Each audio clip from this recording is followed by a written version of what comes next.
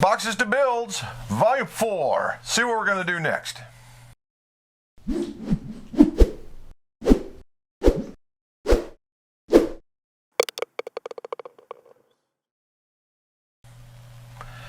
Welcome back to the mcgolfshop. Jim McCleary, most awarded certified club maker, club fitter, and we are on Boxes to Build, Volume 4 already, in just the very beginning of March. That's pretty good.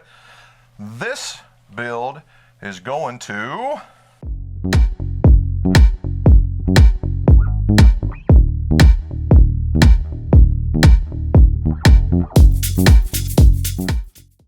That's right, Greensboro, North Carolina, and Matthew has sent us a set of Taylormade 750s, which is the forged model, right? Let's see, I'll show you a 7. So there's a 7 iron right there. All right, it's got some chrome accents. Definitely what I would call a player's cavity. All right, player's cavity. Has a modicum of offset. Let's check that out. I'd say this is a low offset blade, or cavity back as the case may be. All right, and it's got, you notice it's got a little bit of a lead tape. Apparently, he likes a little heavier. We are going to take out the KBS C tapers, and we're going to put in Dynamic Gold X100s. Okay, X100s. Now, what does that mean? Okay, let's break that down. Dynamic Gold, so it's a true temper shaft. 120, that's supposed to be the shaft weight. And then the X100, it's an X flex. The 100 does not mean the weight. It's always been a confusion when dealing with that. What it was supposed to mean was when you had like S300 being the most common, and then you would have S200s and S100s, and everybody thought that was always the weight. Not at all. It always had something to do with weight sorting, and the numbers would mean either tighter or larger tolerances to groups in that range when they were being manufactured. I believe as the number gets smaller, the tolerances get tighter. I'm not absolutely certain on that one, but we're going to find out. What we're going to do is I'm going to tear them apart. We're going to do all the weighing. You guys have seen all that before. I'll just show you the specs up in here. And then we will talk about soft stepping. That soft step, hard step, and what that means. And we'll show you on my frequency machine what that does. So everybody's asking, oh, hard step, right? Or soft step. Now the idea was it's always been about 1/3 of a flex. Stay with us. I'll come back here in a minute when I get it all taken care of, and we'll talk about hard step and soft step for Matthew and his P750s. All right, got all the heads off, and just like we've seen in other videos, it's heat up the hosel, twist them off, clean them out, you're ready to go. In between all that, I was doing a little bit of smoking for my ribs. Come back to this. So when I get done with this, we got some dinner. So what do I do next? Well, we measure everything, right? You've seen that in builds. So we measure the grips, measure the shafts, measure the heads, and that was one of the things we were talking about. Okay, we're putting on BCTs. What does that mean? I meant to say VCTs, not BCTs. VCTs.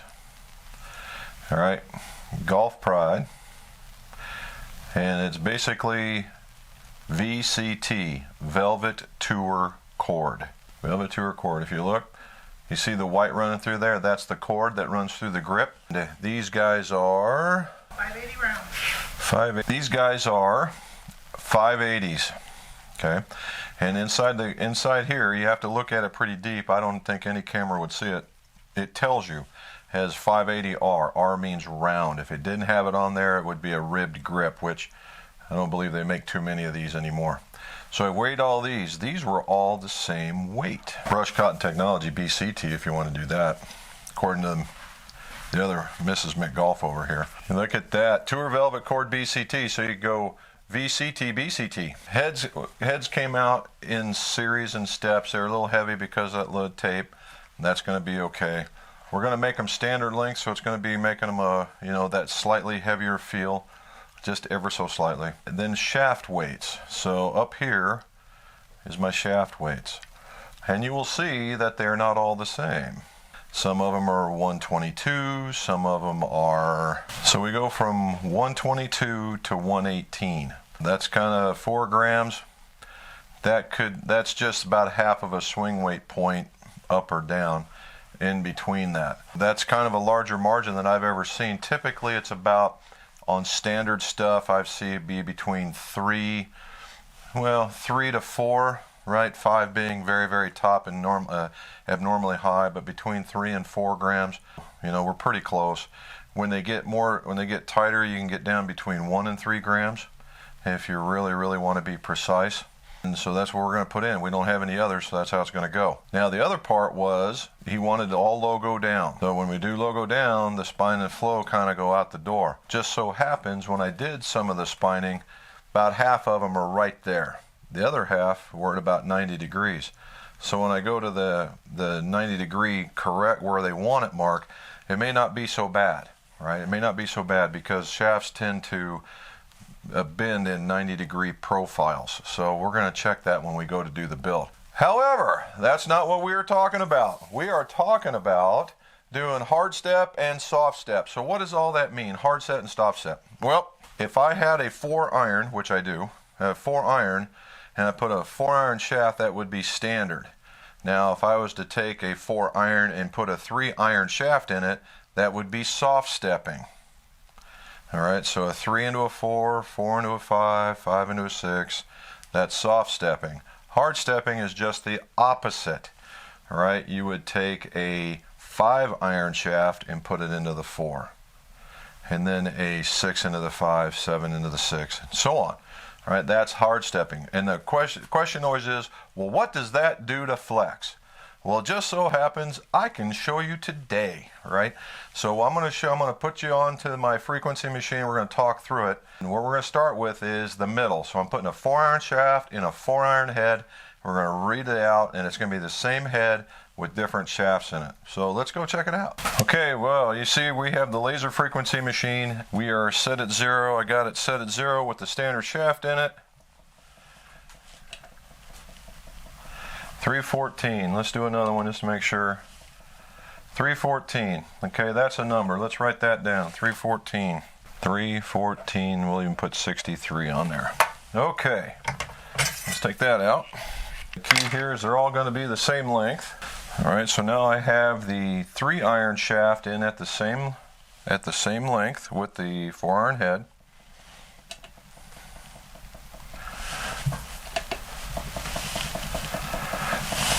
And the soft 307 37. That's 7 CPM. That's pretty significant. So let's see what hard stepping does.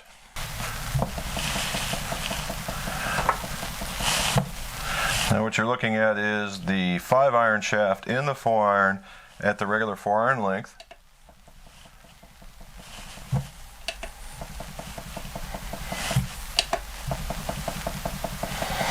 So 318. All right, so things are a little different going the other way.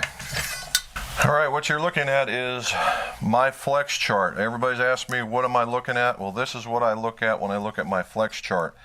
And it is length across the bottom, it is cycles per minute across the side, and then the lines of flex are right here. On our standard, we were at 314.63, so we can go, we'll just use whole numbers, at 38 and a half. 314 is right about here. That big red dot. All right. Now the soft step was about 307. So we go to that same one. The 307 is right about here. And then the hard step was 318, not too much above it.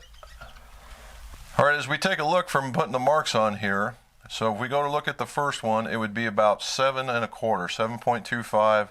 That's about a little over the 2x line. Whatever that is, it's a little strong, but that's what it is. Now the hard step would be just a little bit over the 7.5 line.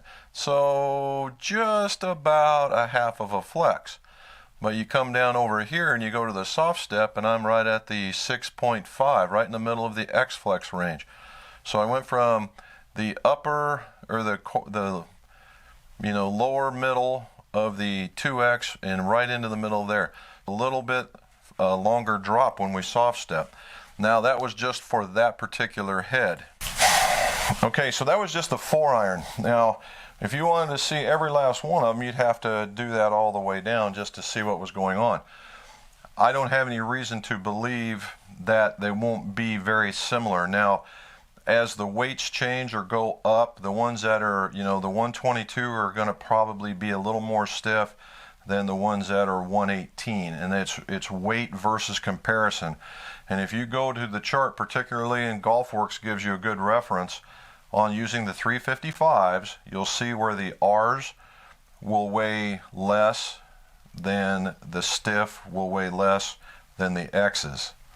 All right, so it's very weight based as far as this flex goes, specifically with taper tips. And so you can get, that's the reason why you got to look. That's the reason why you want to do frequency matching, or at least understand what it's going to do. And when you do taper tips, you like to do weight sorting. And now the only way you're going to really get around that is if you have a lot of them, right? A lot of 4s, a lot of 5s, a lot of 6s, and then you weight them out, and then you make whole sets so that they all act the same. Well, in this particular shop, we don't get that big of a call, so I don't do that. Kind of at the mercy of that. And honestly, unless it was super high volume shops, chances are they're not going to do it either. So that's where we go. So that was hard stepping, soft stepping. Now I did this in another set that I did on the other boxes to builds. I just did it to see what it would do, and it was very similar, right? It was a lot more than the third of a flex that people were thinking. It was closer to a half a flex. When you look at this, I would assume that when you soft step, you're looking closer to about a half of a flex, not that third. And I've done it twice, and I've got basically the same results. Keep that in mind if you guys are doing it and you don't have the gear that I have. I would assume probably that half a flex. So we're going to go back. I'm going to build them. I'm going to flow them. We'll get back and I'll show you what they look like, and I'll show you how they turned out, and we'll discuss the Taylormade, the BCT VTC, the dynamic gold as a whole, and the property and how they go together. We're nearing the end of the build for Matthew in Greensboro, and I came up on yet another tip that I want to deliver to you guys. Now, in the beginning, we made a little bit of fun with the BCT VCT, right? The brush corded tour velvet cord, right? Now, it does have the cords in it, and you can see it running up and down.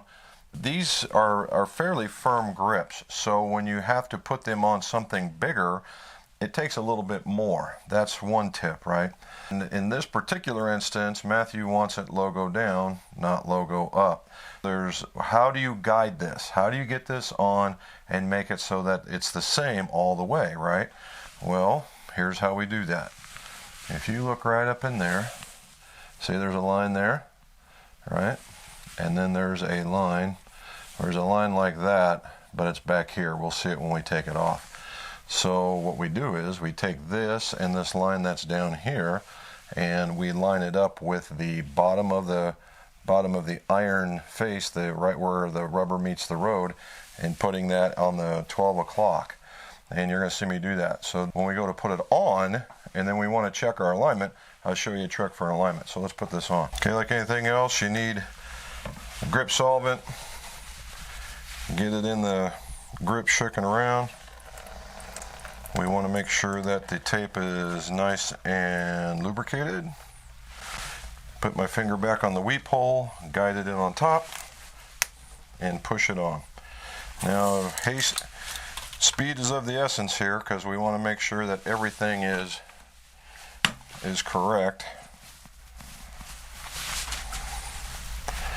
Alright, I see it down there in the middle. I'm going to tamp it, make sure it's seated, and then I'm going to show you something. You don't really have, how do you know you're not twisted? Well, a ruler or any sort of straight edge would do work. Now, when these are made, the sides are very pronounced, and you can see where they start and stop. And all you have to do is put it, because there's gaps on the striping, start the gap on one, start at the bottom, and just take a look and make sure that it's straight along the edge. And then we wipe it down, because why? I always do that. It takes off a lot of the oils, and then when it dries, it'll dry tacky. So one more time. Got my grip, logo down, thumb over the weep hole. Get some solvent. We're shaking it around. Getting the grip tape and part of the shaft nice and slick. Finger over the weep hole, guiding it forward. Taking that off, making sure that the first guideline and this back guideline are in line. And if you wanted to do it now, you could. Make sure it's in line. Looks pretty good. Tamp it down. Double check the alignment. And then wipe it down. So there you go. And when you wipe it down, you notice how it's nice and black, but when it dries, the cords come back. So that's how we put on a cord, and that's how it goes logo down, and that's how you keep things all aligned. We're going to finish these up, and then we will send them over to Matt. All right, so we finished up the irons, and they came out pretty good. I was really quite happy with them, and we need to talk a little bit about them. Okay, Taylormade P750s. They are a forged club that is CNC milled on the face and in the grooves. Their forging process, according to the website, is a little bit more stringent. Everybody's going to say that part. But the shape of this club is very, very nice. Has a minimal offset, much like a bladed club. It is more like a player's cavity, because it does have a cavity.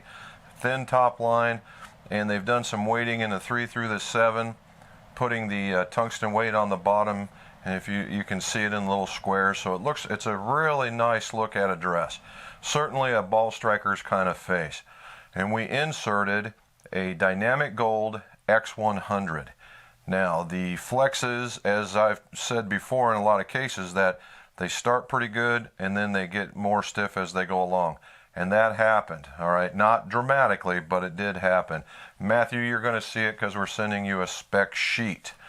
The swing weights were all within a point of each other, so they weren't too off like we may have thought that it would have happened. I bent them into the spec that was on the website. And Matthew, some of them were jacked up pretty good. So now you're going to have some very, very good gap. Finally, the BCT VCT, the Tour Velvet cord. Again, everything in this golf club is made for a player to give feedback and control. And that's what the Golf Pride grip will do, in that it will give you feedback. It's got a good grip, especially in that South Carolina, North Carolina area where it gets kind of humid. You want a little bit of that grip, or if you have sweaty hands. So all in all, I think it turned out very, very well. I like the way that they came out. Hopefully you like the pictures. Again, if you guys like seeing this, let me know in the show notes below, and swing and hit that subscribe button. And as always, let's see your scores go low.